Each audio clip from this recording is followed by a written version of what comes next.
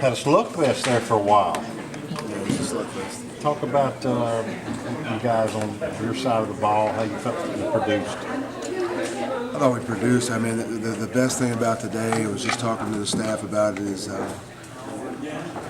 had to battle every single play, every single drive, 4 quarters. Had to be consistent. There had to be continuity the whole time. We had to run the ball and throw the ball. We had to make good. And Jordan Ta'amu had to make good decisions for 4 quarters, and he made some really good decisions. I thought he did a great job mentally. So I thought it was really good work for the offense. Along those lines, was some of the deep balls, were that Jordan's decisions at the line of scrimmage, or was that something you guys saw, or a little bit of both? It's a little both. I mean, it's part of the game plan. We're looking for matchups.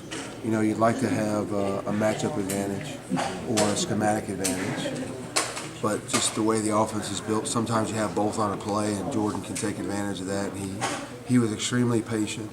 He didn't get greedy, and he took the 4 or 5 or 6 yard run when it could be easier to take a shot, and he did it. And I just thought he did what we talk about doing all the time. That was just take what the defense gives you. So I'm happy with the offense from that standpoint. Phil, Matt Braylon just Sanders touched. has kind of emerged now as a go-to guy.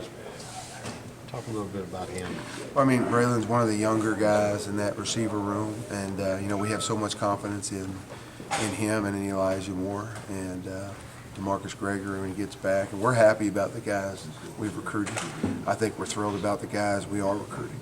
And so that room really, I think the older guys coach and teach the younger ones, and it just facilitates that same culture that you want at that position. And so now you're seeing the emergence of Braylon Sanders in DeMarcus Lodge's absence this week, and he did a good job.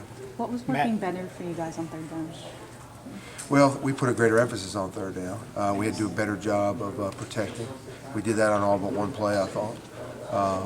They made a couple good plays on third down, but I think we were 6 of 10, and that's probably more where we expect and would like to be each game. Talk about Matt just Scotty's touched 100 Phil. yards again. I'm sorry. All right, go ahead. Scotty in the 100 yards. Second 100-yard game. I'm remiss to not mention the O-line when we get it back that goes over 100. But he grinded out some yards. He did a good job. We were much more efficient in the run game today, and didn't have quite as many explosive runs. But without looking at the stat sheet, someone had said we were 6 of 10 on third down. Outside of that, I couldn't tell you any numbers, but I was happy with our run game today. My fault. That's okay. Matt just mentioned that sometimes you have to outscore teams. Sometimes the defense is going to be there and pick you up. But did you sense during the game, Phil, that this was a game where y'all needed to keep scoring?